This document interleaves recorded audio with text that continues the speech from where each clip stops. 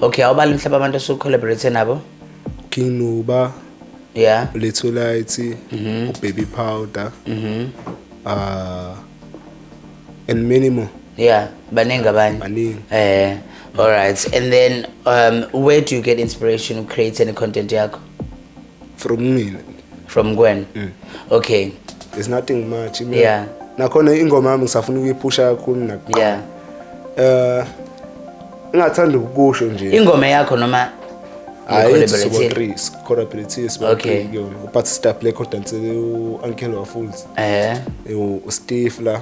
Kade ngihlala naye. Masukuba yimina ke masukuba iPara Club Entertainment. iPara Club Entertainment la esilokuzana khona skipper khona ingoma. Okay.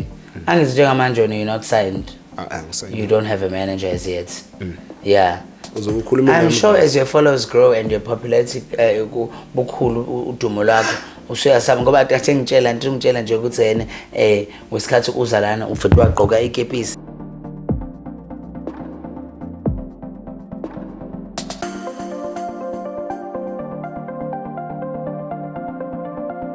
Sanibonani and welcome to On Point with Sandy Nene. This is the Youth Month edition and sivala with the social media sensation eqhamuka kwaMashu. Igama lakho langelihle wakangema owaziwa ngo The Real Jomo. Hello and welcome Jomo Muji Gema Nontusi Madlokovu. Sanibonani babukeli ni right. I hope naphila igama lami niyazi useshilo ukusindi ke umuntu oqedayo ke. Okay, yeah, welcome to On Point with Sandy Nene Fethu. Kahle the reason why I wanted to close off Youth Month ngawe is because I mean makuzophela unyaka since you've been a social media sensation that you are. Uqale TikTok last year July if I'm not mistaken ngesikhathi ngilombezana profile yakho. I think November. Oh, awukapheli nanonyaka kodwa you've already reached over 80,000 on TikTok Fethu. I must actually congratulate you. And okay, I'm sure abantu recognize as they've seen sebeyaqala bayakubona manje. Ujomo kahle bafethu content yakho is based on him embracing ikuma kwekhanda lakhe because akukho into ebaluleke nje ukuthi uma abantu bekucoba ngento ethize wena bese ugcine uya embrace ne. Okay, Jomo ngicela usitshela ke la uqhamuka khona upbringing yakho ekhaya uqhamuka kephi ngiyazi ukuthi ingane kagogo awusinabela. Mina uqhamuka kwami ngiqhamuka kwaMashu ngakhula khona kwaMashu. Ngikhuliso ugogo nakhona. Yeah. Saphusha nogogo everything engiyifuna ngangithola kugogo even namanje. Nakhona akukho lula manje ukuthi ngicele kugogo singimdala manje fanele ngiyazi ukuthi ingane kagogo maphumi kuyahasilisha uhambe uyothengela ugogo igrocery. Yeah. Something like that. No masentla amancane la. Wafunda kephi kwahamba kanjani esikoleni konke lokho? Ngangena eDalxolo ngaphuma eDalxolo ngangena eJohn Dube High School Yeah. Nakhona ngafunda ngafeyila ka2 grade 10. Yeah. Angabona manje ukuthi kufanele ngibuyele manje esithatha esikoleni. Nakho manje content esingibhekile. Ngizoyenza kanjani? Ubani otshela indaba ye content because ngiyazi ukuthi uthe uqale ngoNovember creating content and being on social media but wabona ukuthi uthando labantu ukuthi lungakanani. Ubani osekufundisayo ukuthi okay this is how it should be, this is what's happening. I-content ngoba mina yabo nje I would like to think because ufana nazo zonke izingane lezi eduma ku social media especially the ones that are based in Joburg sigcina ses-affecteke esikoleni bese sigcina sesiphusha content kuphela. Ubani kwa-introduce endabeni ye-content and then wabona ukuthi okay abantu ke bangireceive kanjani?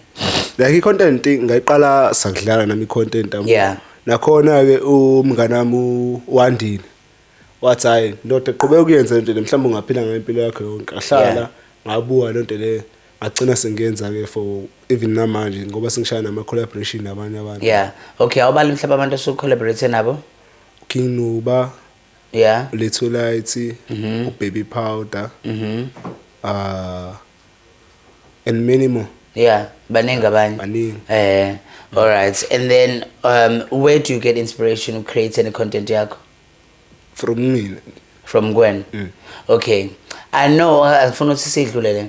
angifuni ukuthi idlulele. I know that many other people basamile la ekuthenini yene wa affected esikoleni wafela ka2 esikoleni. I know that you went to Joburg kulonyaka after you wanted to go to ku F18 wahamba wayeGoli. Awusitshela ngokuba khona kwakhe eGoli nanokuthi was Joburg what you thought it would be before I say I told you so.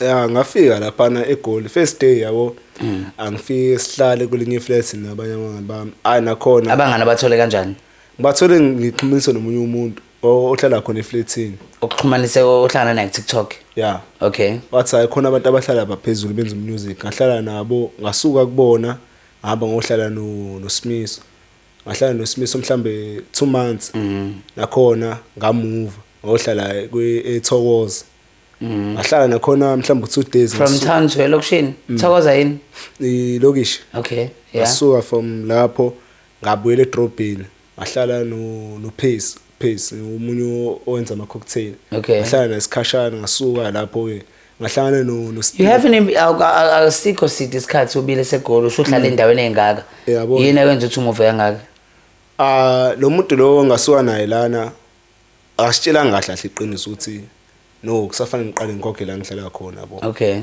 because so understand so this becomes as a lesson. Yakhumbula isikhathi kutshela sikhuluma nawe ngithi mina yene ukuba relevant in Durban and being popular on TikTok won't be as easy as you think it would be in Joburg, yabo. Nabanye abantu ngicela ukuthi nazi guys ukuthi yene ningathathi into enibona ku social media ngicabanga ukuthi manifika ngale nabantu enikhuluma nabo la ngicabanga ukuthi yene manifika ngale everything is going to come in easy ngoba kunzima la eThekwini and ngoba nawe Jomo ubuhlezi ukhona la uhlala khona la kwaMashu not even ngisho emakhaya but ububona ubunzima obukhona la. Yeah, so kube usichazela ngalo mjidelo wasuka ngaye lana. So kwadlula mhlambe iweek ngimtshela ukuthi efethi ngifuna ukubuyela ekhaya nakhona ngibuyele umqondo ukuthi sekuyinto enze ukuthi ufuna ukubuyela ekhaya manje because indawo bengisenayo indawo yokuhlala akhona na ubuye umqondo ukuthi hayi ngeke ngizela uzojika la eGoli ayikho into engizoyenza nje ngibuyele ekhaya ngilengisa izandla. Yeah, hayi sizoshaya ebusuku ngihlangane no Steve la ethenga isitolo ngimbuza ngithi efethi ugrand obando omunye engikhiphe na ingoma. Okay, angihlangane na ngimbuze uba urecognize omunye phakathi kweni uyena urecognize wena. Yeah, angikhulume na ngimtshele efethi anginendawo ukuhlala kanje wathi hayi khulileka mina ngahlala lapha kuSmith ngizokucelela uhlala ngihlale khona one day engihambise kube Soweto nakhona wafike oba ngathi ngingane yakhona yabo yonke into senza sonke bakuphatha kahle yonke into manje laba abanye ke laba osohlalele nabo lo wasuka ngaye are you still in communication with them because I remember ukuthi yena kwakuhlezi kube kubenzima ukutholakala sometimes ungisedela imessage sometimes ngiphinde ngabe ngisakuthola futhi nakhona ngaze ngafela ifoni nje aphansi ngize ngibuye ngalana ngayilungisa ke ifoni ke kwaba right kahle izinto ke zabe sathi ukubuyela normal. So usakhuluma wena nalabo abanye? Ngisakhuluma nawo. And then kanjani sithi usukhipha ingoma and ingoma ifike 1000 streams? Nakhona there's nothing much. Nakhona ingoma yami ngisafuna ukuyiphusha kakhulu nakuqala. Ngingathanda ukusho nje. Ingoma yakho noma collaborative yona uPatsista Black odansele uUncle waFools. uSteve la kade ngihlala naye mesikuba yimina ke mesube iPara Club Entertainment Club Entertainment la esilokuzana khona skipha khona ingoma. Okay, angithi njengamanje you're not signed. Signed. You don't have a manager as yet. Yeah. Okay, so because I've seen it ukhona kuma poster ukhona kephi, are you getting paid for that? Because I mean I know a lot of people, especially my influencer amancane, because they see ukuthi you're really hungry for this. Some abanye abantu bagcina sebethene no bafuna ukuthi nje babe se stage bona basoyenza yona. Are you making money from lama gig? Ngiyakhumbula ukuthi kugig at Adams, did you make money from that? Ngayithola imali nakhona eyenziwe ithini no Slim Ego cause leyo event cause ngami ngamtshela ukuthi mfethu ngifuna something angibuyelanga nalutho ekhaya kufanele ngothenga ukudla wathi akhuleke senze iplan senze kanje ngezi imali ngihamba ngothenga ukudla ekhaya. Oh, all right. So can you tell me what's your plan in terms of school and going back to school? Because I mean, I look at you as a creative, as a photographer. I've seen the type of content that you do, and the way you always ama video, the way yabo njengoba desingena la uthi isithombe ngashala content engayishala shuthi ukwenze ne content you're creative. So what's your plan about you going back to school? Because angeke ngikhohlise ukuzomela ukuthi ubuyele esikoleni egcineni ube something to fall back on, because as much as ungaba nama followers, but if you don't have the brains and you don't have the knowledge ukuthi ungasebenzisa kanjani ama followers akho lento leyo izogcina sekuyinto useless. So ithini plan yakho? So I was thinking ukuthi ngingene e-college nakhona. Yeah. College ngifunde mhlambe lo 6 months ngifundele mhlambe into acting kanje noma ngifundele ubu mechanic. Okay. Ngizobona. Mechanic? Yeah. Okay, uthanda chemical engineering, or I mean uthanda ini? What do you call electrical or engineering? Engineering, you like engineering? Yeah. Okay. Nakhona ngoba sengilide kwi-content nakhona ne-acting ngiyayithanda at the same time. Yeah. Nakhona ngazi ukuthi ngizoshona ngakephi nakhona. Yeah. Yeah. Yeah, but also enye into that I've seen and that I've observed ever since I've known you is that you believe everyone oza kuwena oza nento right. So manje okay, now that you become this person ngiyazi ukuthi yena unabangani osithexokazi who are also popular go TikTok nan. How is your relationship with them ever since you came back in Joburg? I'm sure base be expect izinto ezithize. Yeah, abanye abantu nje. Cha mfethu. Mfethu sengile igesi expect ukuthi ngithenga igesi fanele ngabe ngithenga ukudla kasendlini mina hayi angina lo muntu lo. If ukhulume ngento yokudla nje hayi uzobe ukhuluma I'm sure as your followers grow and your popularity bukhulu udumo lwakho usuyasaba ngoba kade ngitshela nje ukuthi yena wesikhathi uza lana uvetwa ugqoka ikepisi ngoba uvetwa bona ukuthi yena abantu bazolokho bekunotice. I'm sure usuyanqana nokuthi uhambe station awuhambe station noma kanjani. Ayi ngiyahamba kodwa ngisuke ngigqoka icap nakhona khona vedana bengibona besondele ethi nangu yena begxabula isiqobo ebaleke naso ujabu umuntu imoli yonke yo akela ngibabuka okay, and then with abantu bangakini bakutreata kanjani manje? Nakhona kusafana nakuqala kusafana nakuqala bangihlonipha nakhona iroutine yakho isafana njengaqala, because I know that you udlala ibhola. Do you still play soccer? No. On your spare time? In your spare time ngicabangela content awusasithola isikhathi. Yeah, singenza into engiyithanda nakhona ngividana ngayithanda kakhulu i-content ukudlula ibhola because yona into engihamba ngayo. Yeah. Okay, so okay, uthe ufuna uyibona ukuthi ufuna ukuhambe esikoleni.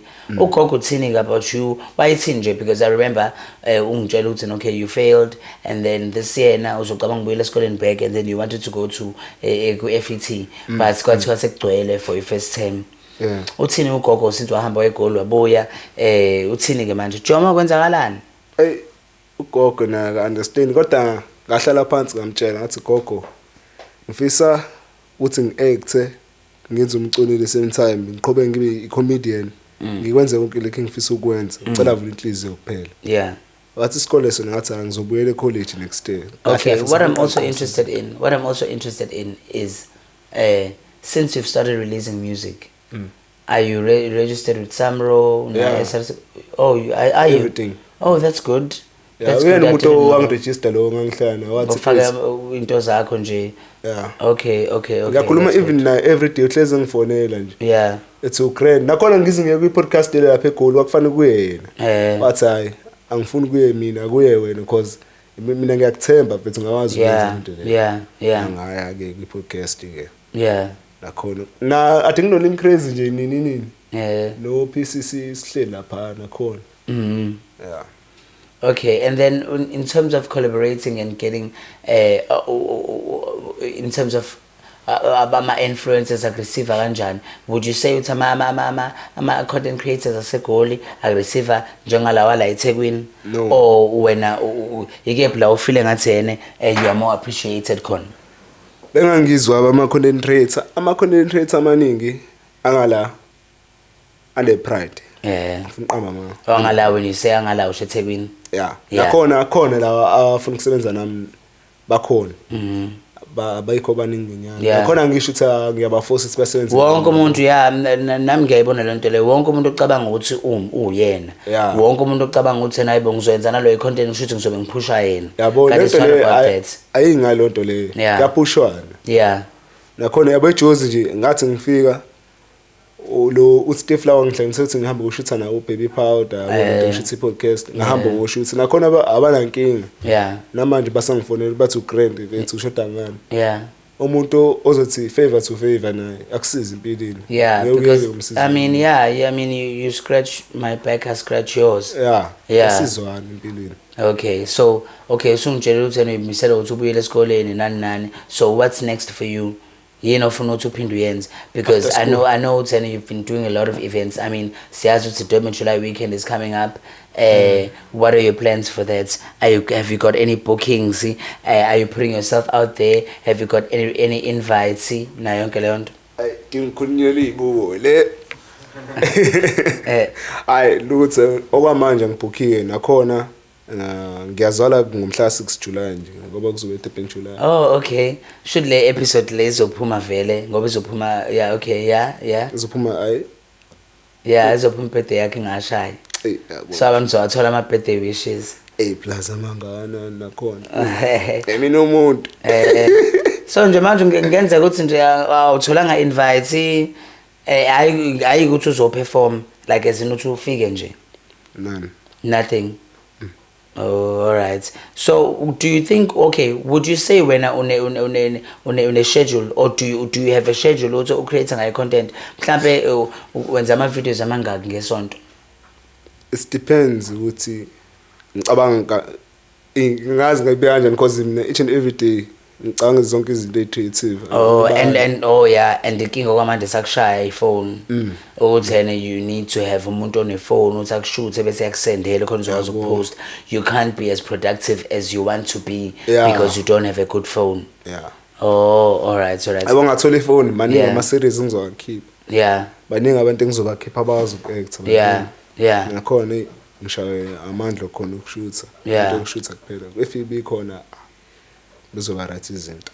Okay, so I hope abantu abama potential sponsors mhlambe bama iPhone banana babuka lento le. Guys, here's an influencer that has 80,000 on TikTok, 40,000 on Insta on Facebook. 41. 41. The heck? 41. I think it's 42 right now. Yabona my influencer they're very afuna ukuthi wazi ukuthi ama followers ngoba nami nini nathi ngithi Joma konje ama TikTok followers akho mangaka 61 no 8 bekicacisela all right unama followers amaningi guys udinga ama endorsement deals. I know ukuthi are you still working with Stylish Inc? Tell me about you meeting with Stylish Inc because that's how I met you. Stylish Inc ugqokisa wayegqokisa nami ngigqokisa. How did you guys meet? And then because ngaleso sikhathi ama followers akhe ngabe maningi kakhulu ngaleyo ndlela nakhona but he believed in you. Namanje ukuhlangana nami naye ngangithunye kaNkomo. Angihlangane naye ugqoka ibhlele Stylish ngithi leduko loba logqiso kwami manje ngishawo ngiyabasela ngithi awuphethe uthatha le blue ukuthi hayi ngiyalithunga ukuthi hayi ufuna ungithungeleke nami ngithi hayi anyways ngifuna ukupromotela uthi hayi angineme lokhokhela ngathi hayi ungangikhokheli because ngiyakwazi vele wathi hayi anginenkinga from there asiqala sasebenza senihamba ama gig ndawonye nani. Okay, so you are open to anyone othanda ukusebenzisana nawe clothing brand. I know ayikuthene uvalelekile ekuthenini la ngika Stylish Inc. Anyone othanda ukusebenzisana nawe uyakuthinta khona uyakuthinta. Okay, mapha ma brands noma ama gig osekawenza amakhulu or which big names you've shared a stage name with you shared a stage with?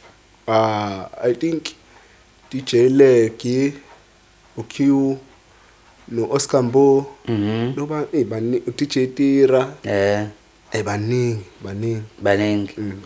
uba umuntu ofisa collaborate naye like right now in terms of not in content in terms of music one DJ South African ongathanda since you are into music Black now. coffee. Black coffee. Yeah. Ngiyathanda. You must aim high. Yeah. You must aim high and ngokuthandaza mhlambe noma ngokubona noma ngokukholwa uNkulunkulu mhlambe Black coffee uzoyibona le podcast la yagcina se reach out ku Real Jomo. Yeah. Mhlambe khona ama social media campaigns osekwawenza? Yo. Because ifone adinga inkinga yabo kodwa khona mhlawumbe ugcina usuthola ukuthi khona abantu kade bezama ukuthinta because with the amount of followers that you have you should be doing a lot of campaigns because khona abantu engibaziyo nama followers amancane now but they do campaigns with different brands, big brands, every day or mhlawumbe yini are you not reachable or noma yini mhlawumbe inkinga mawucabanga eyangazi ngithi simhlambe lento izwenza mhlambe masingi 100,000 no khona abantu abano 10,000 followers abawenza ama campaign hayibo yeah khona abantu abano 10,000 abawenza ama campaign khona amanye ama programs engizokulinkisa nawo that you must link your profile with so that so that okay so like ngengilo ngiwabiza ngamagama so noma futhi ngiwabiza ngamagama kunalutho because most influencers use them khona i program ebizwa nge Webfluential uyaloga in ufaka ama Google account akho ufaka ku TikTok wakho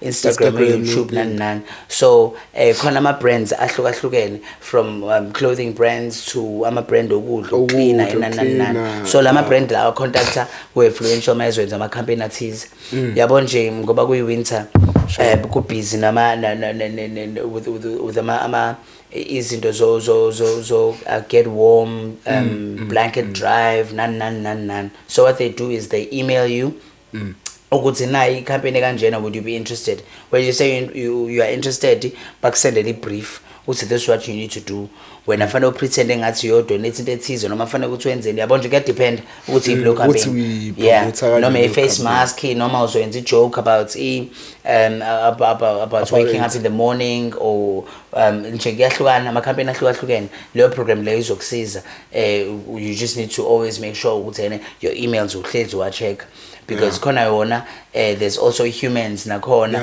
ayakhokhela humans are you not linked to now are you not registered with humans ngiregistered khona sengishango how many baningi abantu enginabo humans nakhona ngazi ngawudelete nakhona kodwa ngikwazi ukubisela account yami masingibuyela yeah okay yeah because I mean sometimes you just kuba nama flaws amaningi it doesn't mean ukuthi nefanele uvethu uhlale phansi and not do anything now as an influencer you need to make means to put yourself out there ngoba ngikutshela nje ukuthi namhlanje there's an influencer event and ngifuthu ufuna ukuthi ngihambe now and shame I understand you coming from a lokishini not having not being mobile I'm also not mobile but sometimes kuyenzeka ukuthi ngiyakwazi I know so nje ngizozama ukuthi ngikufake ngangikhuza ngithi uyapha eGoli kodwa I'm glad ukuthi kuya kwakhe eGoli kwakusiza you went to that podcast interview you met those people you released the music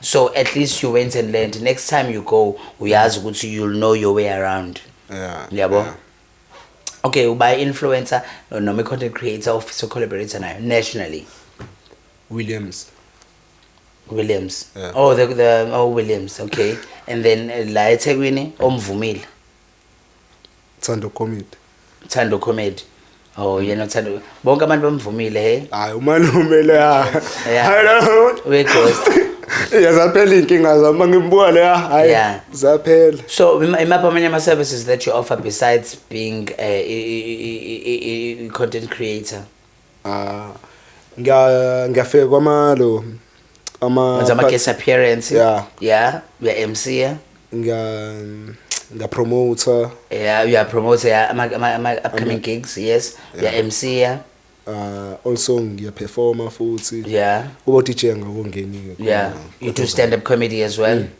yeah all right cool guys at least wena uyangazi yabo yeah well ngiyakubona ukuthi ezinye izinto you holding them back thank you so much guys and thank you so much Jomo for joining us namhlanje on point with Sandy Nene so in case anyone wants to work with you or they want to reach out bakuthola njani social media bengangi-DM nakhona bengisendele email Instagram isho ama social media handles DEREAL Jomo The Real Jomo. Ku-Instagram nakhona ku-TikTok awukho 10 The Real Jomo. Yeah. Facebook The Real Jomo. Yeah. Guys, the most expensive cupcake on TikTok. Yeah. This is the most expensive cupcake on TikTok. Na YouTube and ingoma yami iphumile Pastor Welungu. If ungayi-download usenkingeni. How many subscribers do you have on YouTube now? 25 subscribers. 25. Cool. Yeah. How often do you load content con? Not that much. Yeah. Your phone Ngibambezelayo. Guys, phone sponsors, uJomo shoda ngefone. And I'm sure obviously after every episode oqeda ukuyenza uzomention uthena sponsored by. Yeah. Yeah. Iyaphoqelela. All right. Thank you so much, Jomo, my homeboy. Thank you so much for coming through. Cupcake. This is the first podcast you did ever since you came down. Yeah. First media interview you've ever done ever since you came down, like 7, eh? Yeah. All right, cool. Siyabonga.